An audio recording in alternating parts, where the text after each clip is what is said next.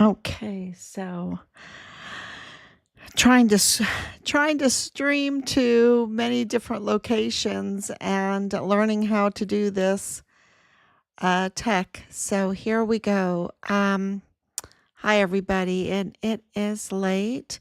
We're going to be burning the midnight oil. Absolutely, I would do anything um, to get our son's remains, to get them back with dignity, to get accountability for the absolute brutal crime that they committed against him, taking his life. I want them held accountable. The crimes in this case are absolutely worth, or it's justified that the people that committed these crimes will face a death penalty. Absolutely. There's no doubt in my mind, and it gets stronger and stronger and stronger. Um, this criminal group, the level of crimes that they have committed, not just in Richard's case and not his brutal code red murder. It's been 1,581 days since Richard was brutally murdered, code red, premeditatedly murdered on Fort Bliss, on our military installation, just had turned 21, a volunteer soldier, a volunteer son of this republic, our son, and it was a code red. It was his own.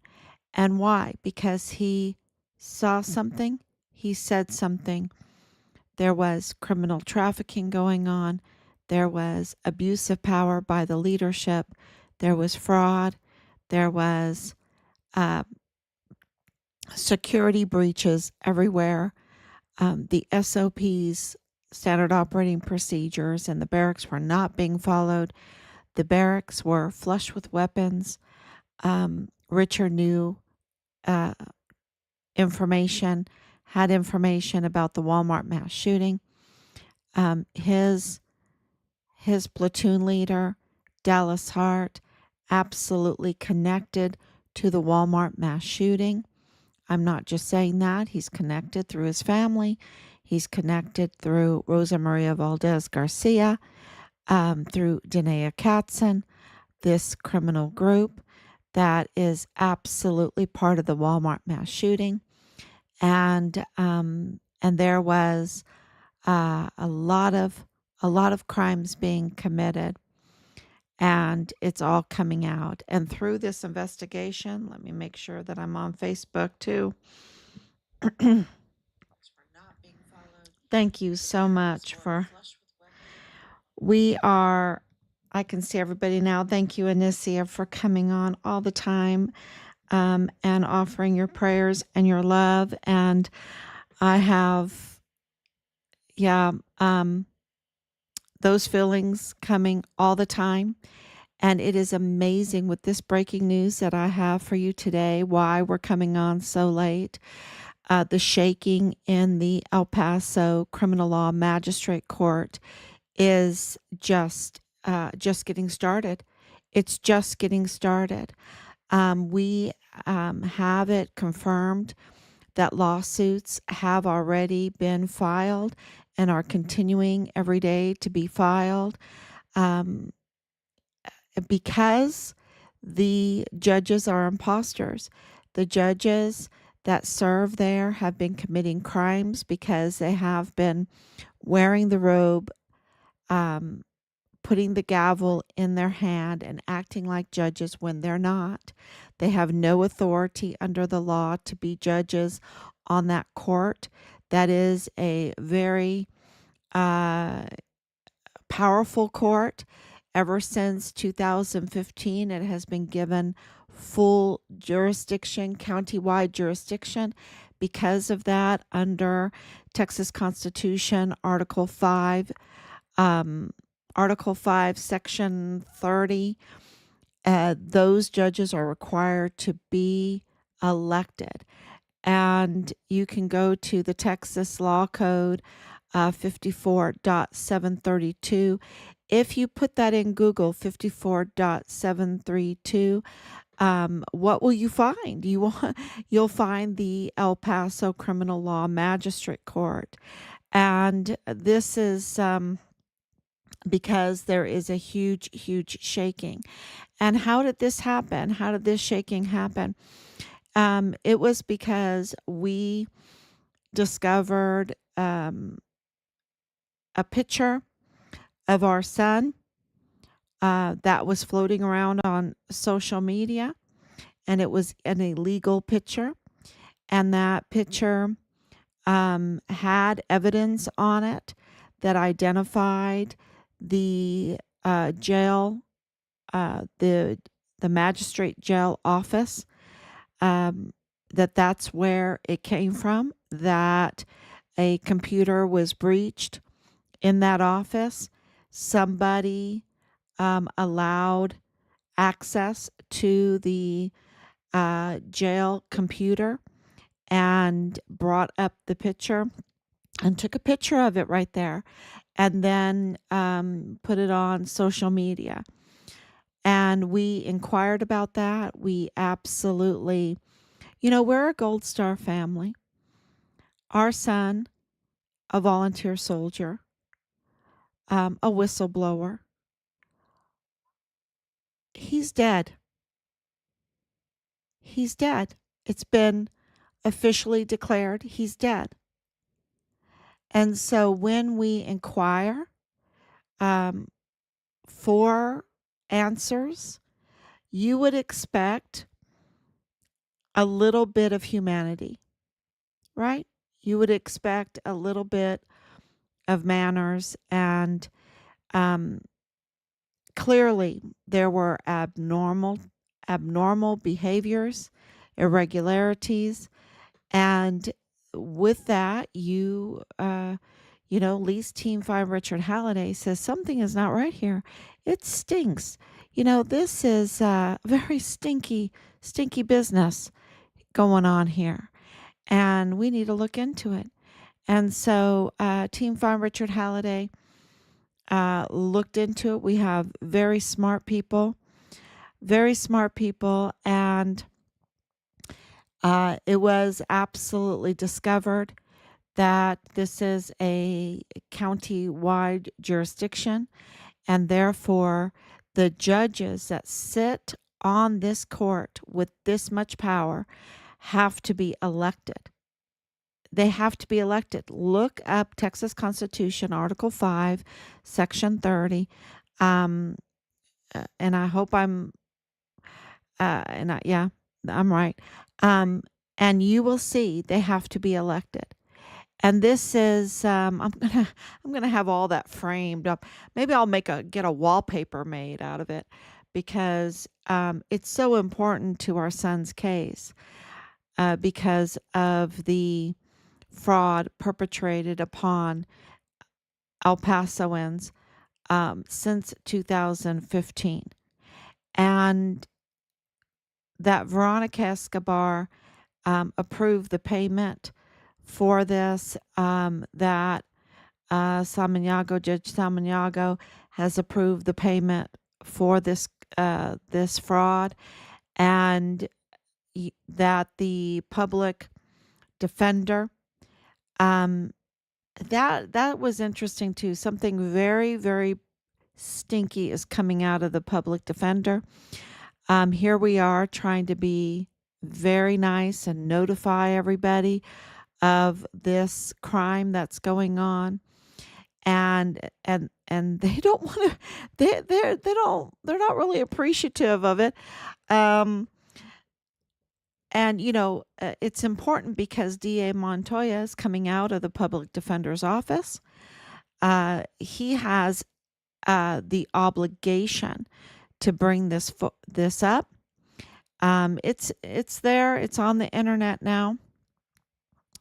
And now we have confirmed that the lawsuits have started against this court for and what does that tell you? That tells you that we are right. We're right again.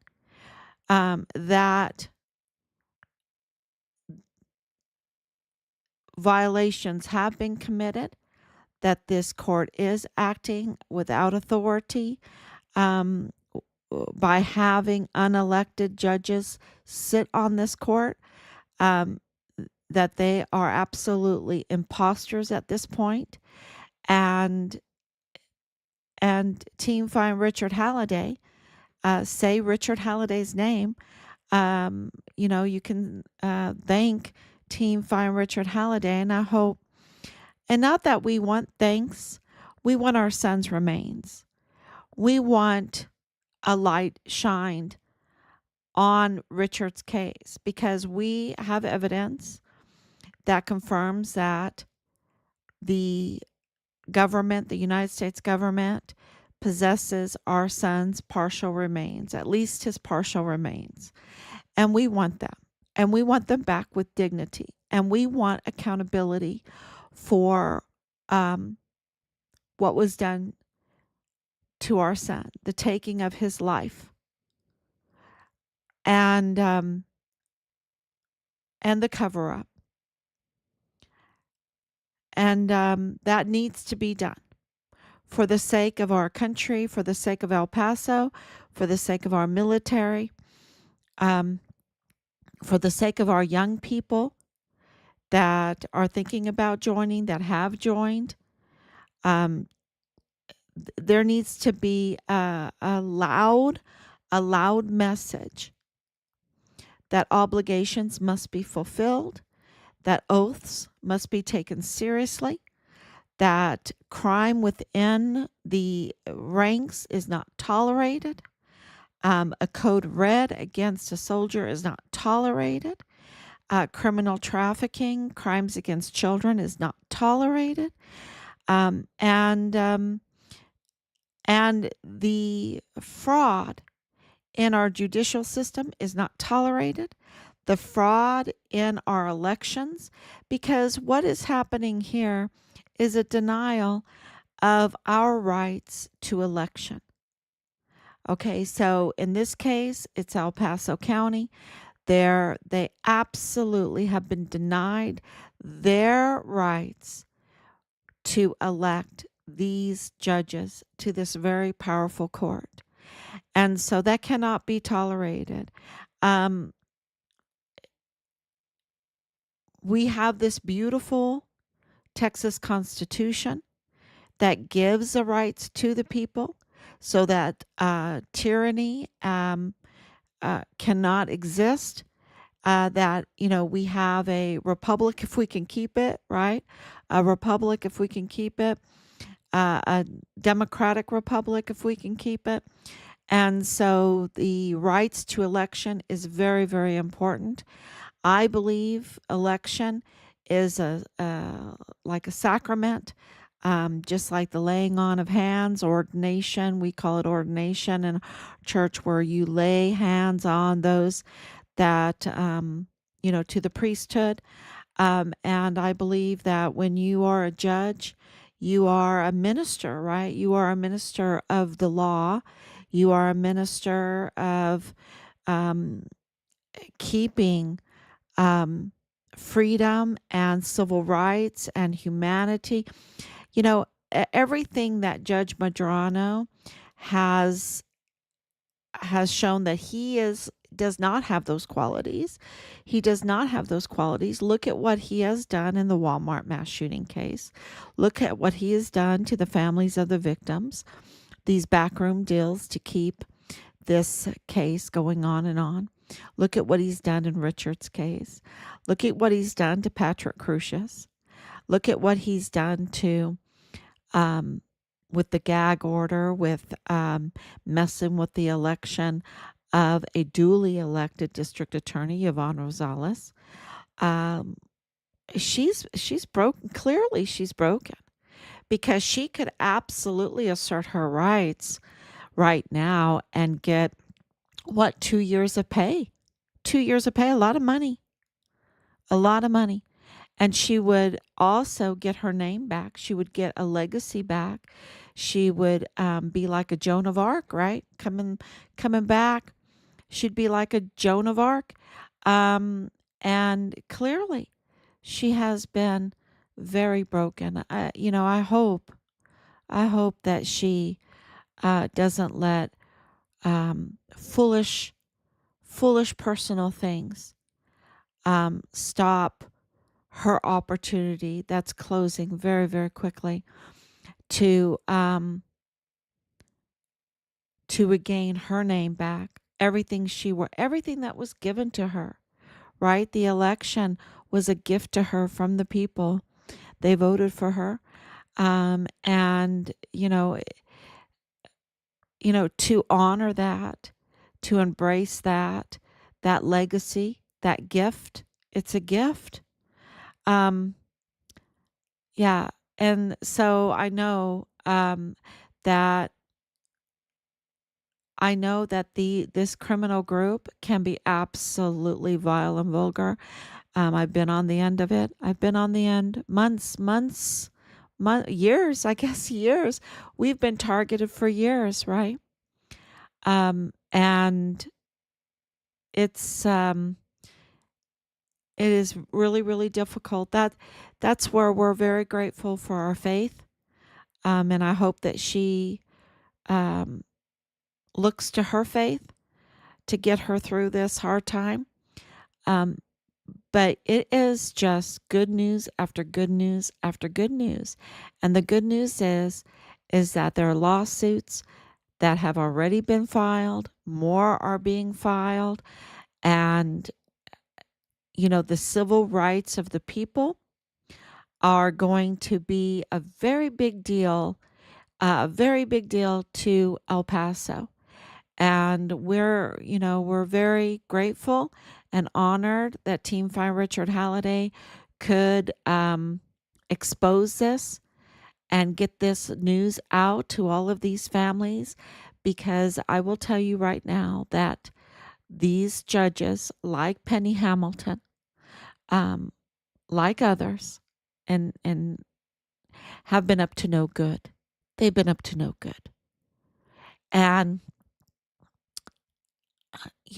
a elected judges would really restrain that nonsense and that crime and that evil.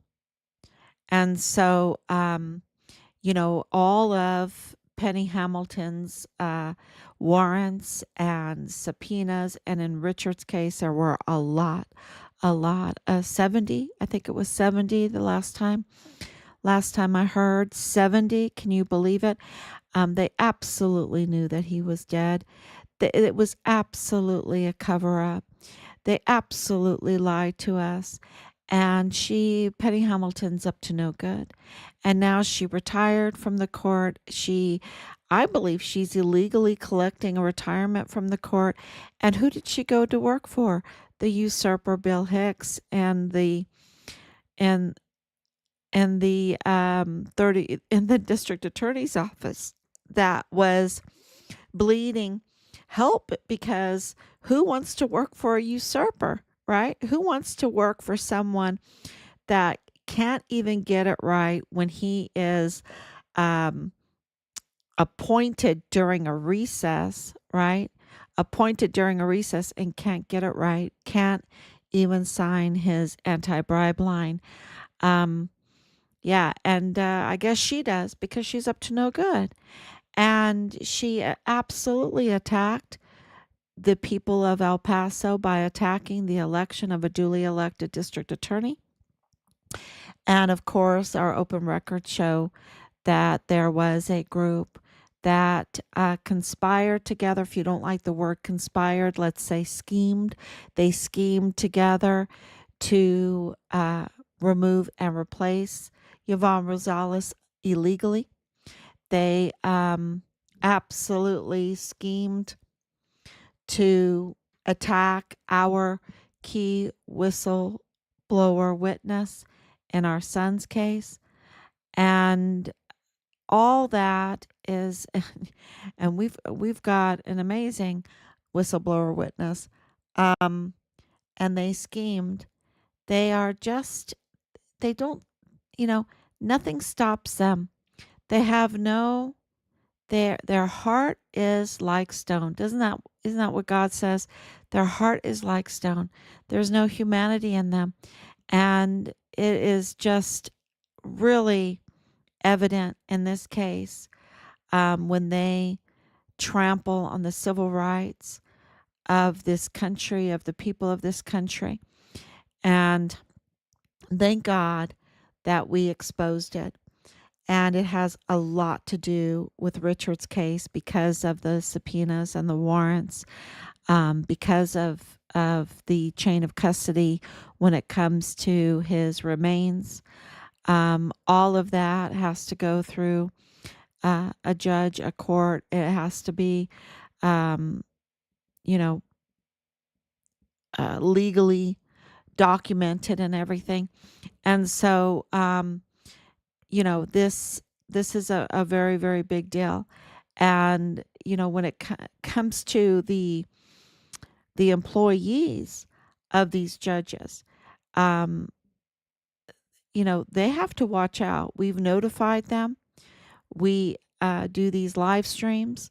They are absolutely aware of the situation because now there's so much shaking. It's like a big earthquake in the courthouse and in the jail. There's a huge, huge shaking. Um, of course, what they've done to Patrick Crucius because um, he was arraigned through that court, and now they're going to let him go free, y'all. It's so crazy, instead of having the trial, finding out who was with him, who helped him, who helped him do all of this stuff, who put him up to it, what is all the background to this. We would have all the shooters then. We would have all the orchestrators. We would have justice for the victims in this case, and we would already be moving forward. But and we would absolutely have Richard Halliday's truth. We would have our son's truth. We would know about what they were trying to cover up and everything. And there has been this very corrupt judge, Judge Medrano, and that's not my words. That is, what we've been hearing. He's the most corrupt judge in all of El Paso history. And his wife works for this mag court. In that jail, she's like second, right? She's like second in charge. And she's very, very involved. And we notified and said, look, if you're going to act on these orders from these imposters in the court, then you have to be very careful. And so Team Farm Richard Halliday, uh, what do you call it when you have these employees knowing that what's going on is wrong, but still doing it? That's called vicarious liability. They're going to be held accountable for vicarious liability. And we're not happy about that. We have warned them. And even though we know that they were up to no good with the breaches in security there, with the picture of our son, but we're talking about huge, huge crimes that go on and on and on. And let me tell you what, I'd pack up my box and I'd leave. I would not be helping out these imposters, right? I would not be made liable for continuing this fraud. And so, pack up your box and wait until we have elected judges, and then you can say that you had some character, that supported the election, and that the people, you were happy that the people had their rights to elect judges to this powerful court, and I'm sure you'd get a job back, probably a pay raise, and you'd have your honor. You'd have your honor. You'd have, um, eh, you can't, after you're notified, you can't say I didn't know, right? And so we've notified. It's out there now. I think that the employees should not perpetuate this court at all, and pack up the boxes and go home. Go home. And these lawsuits are piling up, and you'll have very quick change. Very quick change. And I hope that they say Richard Halliday's name. That's my little hope in that, because we want, like I said, our son's remains and accountability. So that is huge, huge news. And then, of course, what we're getting also is that these media bosses are also in danger for vicarious liability, protecting journalists that have a lot of information, that have made promises that they haven't kept, that they absolutely have targeted us, targeted our son, um, and so the bosses of the media is also in danger for vicarious liability, and that is really good news for us, bad news for them. What do I mean by good news? Is because they are feeling the pressure of continuing this blackout on Richard Halliday. And, so it's just a matter of time. It's such a huge, huge case. And we are every day exposing more and more, especially with the independent school districts. Don't forget about the FBI agent Cordero that was really suspiciously killed, and that is still ongoing. All of this stuff takes a little time, and but now with the new administration coming in, especially with the new border czar, Tom Homan, he is pinpointing El Paso as the nucleus for the criminal trafficking. And there's more going on, and there's more. And when it comes to the ISDs, they seem like a little bit of a doorway, to um positions that lead to bigger crimes, and facilitating crimes. So it's going to, whatever we expose, and it's been a lot, and I haven't been talking about Nadal Baim for a while, but whatever we expose, and it's so much, there's so much going on, um, that, it, there's going to be a time when they can't say anything else but Richard's name. So, we are being shadow banned. We are, that's very, very clear. But our message and um, our reports are getting more and more plain to see. And so, my message to Team Find Richard Halliday is that we are working very hard behind the scenes. We are continuing the last couple days. We're just pounding with letters and complaints. And, uh, I sent off one today. It's so big. It's so big. Rob put that thing together. It's so big. So we definitely, um, the results, I think the public is seeing, Team Find Richard Halliday is seeing it, what we have done. and all for justice for our son. We want accountability, and we want our son's remains. The fact that we have evidence that confirms that they have some of Richard's remains and that they have not given it back to us cannot be tolerated. No way. No way in hell. No way in hell. They must give us back our son's remains.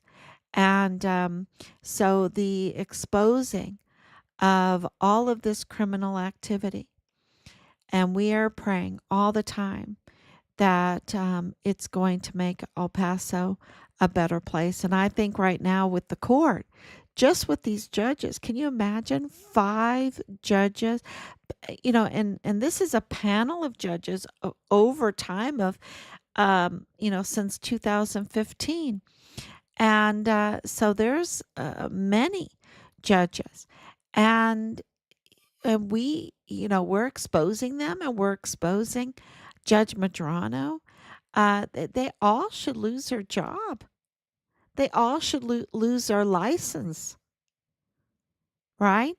And then look at, a defense attorney that is, asking for or demanding, really demanding an open checkbook, getting millions and millions of state and federal funds, not even reporting the absolute tampering of this application to get counsel. That is such a fraudulent form. And, Patrick Crucius signs it. He's like a child. And, Patrick Crucius was living in a really upscale apartment and living in San Antonio, and working at Cinemark, and having a car and having a computer and having um, online, right? He had online. And then they fill out a form saying he's not worth anything, zero, and he comes from an upscale family. Um, yeah, the fraud being perpetrated. But, Joe Spencer had the duty to expose that fraud, right? But because he's, I don't know. I don't know. Is he greedy? Because it's for financial gain, for the millions of dollars for the open checkbook. So I don't know if he's greedy or not. It just seems like he's very, very greedy to us, for keeping this going on and on and on for state and federal funds with a client that is absolutely not capable of understanding the charges against him, can't even fathom. That's a Joe Spencer's own words. Can't even fathom what happened. And yet he's perpetuating and even saying, oh, that the DA didn't even tell us that our client had autism. Are you kidding me? One little phone call to any neighbor would tell you that he was out at 3 years old, banging his head on the sidewalk. One little look at his school record, talking to, he failed kindergarten. He was in special education. He was put in a special place in the room because he would get so frustrated and he would hit himself.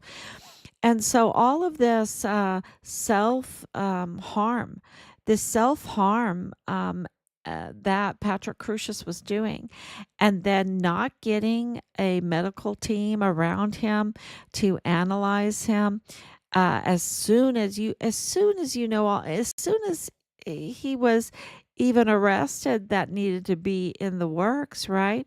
And yet they didn't. It took till 2023, y'all. Um, so they needed to have a team to evaluate him and everything. And then he needed protection because he was already had a history of self-harm with the autism. And now we're hearing that in prison, he's tried to take his life. He's tried to take his life multiple times. And yet yeah, he looks very abused. And it sounds like, I'm on his side. I'm just a humanitarian, I believe that you have to be humane, right? Um, but he did. He absolutely was part of this group. He absolutely, well, he turned himself in twice, right? Once and he got turned away. It's not time yet, Patrick. It's not time yet. Go away. And then he turned himself in. He was all clean. His shoes were clean. His hands were not bagged for evidence. He turned himself into a Hispanic police officer. So all the narrative, he's autistic. He's severely mental. He has a severe mental health condition. Um, he has a history of self harm and a condition of self harm, and yet they're not getting a medical group around him to protect him, to analyze him, to evaluate him. It stinks to high heaven. And Joe Spencer stinks to high heaven. It was to me, I don't know. Is it greed? Is it all for money? Is it for power? I don't know, but it wasn't for El Paso, and it wasn't for the victims. It wasn't for Richard Halliday's truth. It wasn't for Patrick Crucius. The rule of law, that you're innocent until proven guilty, that the bias is clearly there. The want for an open checkbook is clearly stated by him, and so it's the more that this is coming out, the better. The more people that talk about this, the better, because this cannot be tolerated, right? It just cannot be tolerated. So thank you so much, Nina. Thank you for coming on. Blessings, Mrs. Halliday. Justice for Richard. Thank you, Danielle, for coming on. Thank you for your prayers and your love. We are moving forward like like this is a train, right? This is a train, and we started, and it's kind of slow going, and then we discovered things, we identified things, we filed and we filed and we filed, and it just got a car added, a car added, a car added, more weight and more power in this train, and now it is just shaking. When a train comes by, because our destination is not the mag court, right? The El Paso Criminal Law Magistrate Court. That's not our destination, but it's driving by there and it's shaking it up. It's shining a light on it, shaking it up, and hopefully it will free a lot of um, individuals whose civil rights have been violated, who've been wrongfully imprisoned, who have been wrongfully ordered to do this and that and such. And because let me tell you, the criminals, the real criminals, um, for the most part, these criminal cases, they let the criminals go. Remember the one mag court, that mag judge that let all of these that rioted at the border go? They just let them go. So, it's like, who do they target? They might target some, it's going to be interesting with these court cases, how they come through. But clearly, something had to be done. So, and I'm not saying all of these people that went through this court was innocent, but look at what they did to Patrick Crucius. Um, they absolutely violated his civil rights, and they absolutely manipulated so that we um, cannot find out, or could not find out for years and years, that he had help, right? He had help. He belonged to a group, a criminal group. And we want to know who the criminal group is, because we believe they are the same as the criminal group that are the suspects um, that house the suspects, that are part of the suspects, or the suspects are part of them in the murder of our son. So thank you so much, everybody. God bless you. There's so much here that the media, where is Kacherga? Where's Kacherga? Angela Kacherga, where are you? You're supposed to be so caring. You're supposed to be all this. Let me tell you what, she is like this very I cannot tell you what a fake she is. She's just a fake, a total fake. And, where is she? The same thing with Bob Moore, same thing. These reporters and the bosses that are protecting these dirty journalists, right? We have behind the scenes have absolutely notified. And so, they can't say they didn't know that, they can't say that Richard's case is a little case, right? Um, this is big news. And they are absolutely, it's called vicarious liability. And, they are perpetuating the cover up of the Walmart mass shooting case that's covering up Richard Halliday's truth and Richard Halliday's case. That's what they're doing. That's what the media bosses are doing. And they're liable. They're liable for that. And they have absolutely been notified. And so we'll see.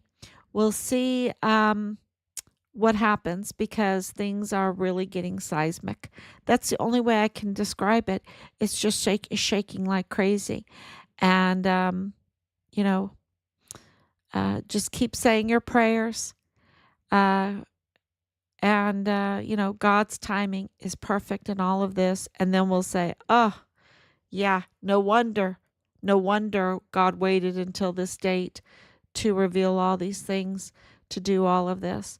And we are absolutely ready to work with the Trump transition team. We know that their focus is on the hundreds of thousands of children that were trafficked, that are mostly dead now, getting accountability for those children. And we also know that their focus is on the 3 and 4-star generals. We have that confirmed. That's been the focus. They have to get those that are serving foreign and domestic enemies out of there. They have to fire them, and they have to replace them in our beautiful uniforms and our beautiful stars with those that love this country and love our military and will take their oath seriously and will take their obligations to care for their soldiers, their service members seriously. And that is a really positive development. So we're really willing and eager, wanting to work with the Trump transition team. And yeah, so that's all happening. So thank you so much. God bless you. And I will be back tomorrow, God willing. Bye bye.